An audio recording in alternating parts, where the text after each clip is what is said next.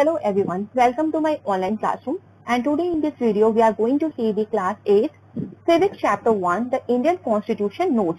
So let's start from the meaning of Constitution, that what is the actual meaning of Constitution. So it is the body of fundamental principles or established precedents according to which a state or other organization is acknowledged to be governed, and we can see the composition of something as well as a set of rules and regulations.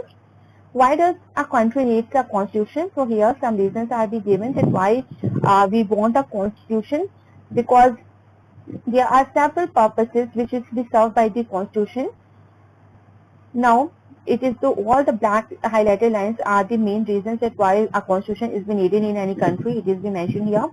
Let's move to the comparison of democracy with other forms of government. If we are going to compare, so then we are going to understand that actually what is the importance of democracy in our life. So here it is one story is given related to Nepal, that how this country, first of all, it was a monarchy country, and how this country turned into a democratic country. That story is given. So as you can see, all the lines are here mentioned. How they were getting their fundamental rights, and even in our constitution, how we are getting our fundamental rights without any discrimination. Just like it is be given discrimination against on grounds of religion, race, caste, gender, and place of birth. The right to equality, it is also a very important fundamental right which is be guaranteed by the Indian Constitution. For the minorities also, some rights are be given. So there is no any issue is not going to be created or raised in terms of majority and minority. Here inter-community domination is be given as well as intra-community domination. So what does it mean?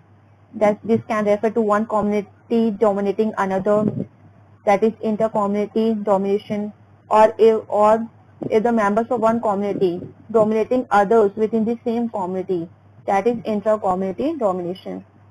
Third significant reason why we need a constitution is to save us from ourselves. Next, move to the ideals of the constitution or key features of the Indian constitution. So there are many key features of the Indian constitution which is borrowed from the different countries' provision. When at the time of drafting our Indian constitution, different key features have been included. So that is also be given. Like first of all, we have federalism. It means more than one level of government in the country, like central government, state government, and the local government, which is also known as the Panchayati Raj. Raj is the third tier of government. First, it is the central. Second is the state government. So how they all were working for our country. Next, it is parliamentary form of government. It is the second key feature of the Indian Constitution. Here, how the parliamentary form of government is working. So universal adult suffrage, it is be given. It is also known as right to vote. Separation of powers, how the power is be separated. It is not be centralized, because many of the times it is be observed when power is be concentrated in only one hand or someone. So of course they will misuse their power. So that's why the power is going to be divided or separated. Fundamental rights is the next key feature, and it is main aim they wanted to ensure that a set of written rights would guard against the misuse of state power in independent India.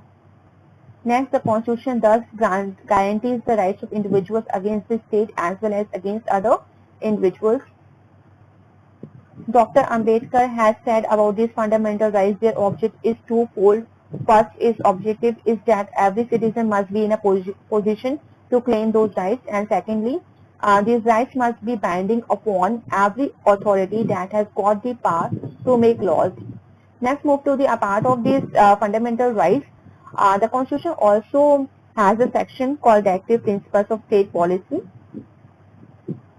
The fundamental rights, if you are going to see in the Indian Constitution, so it includes right to equality.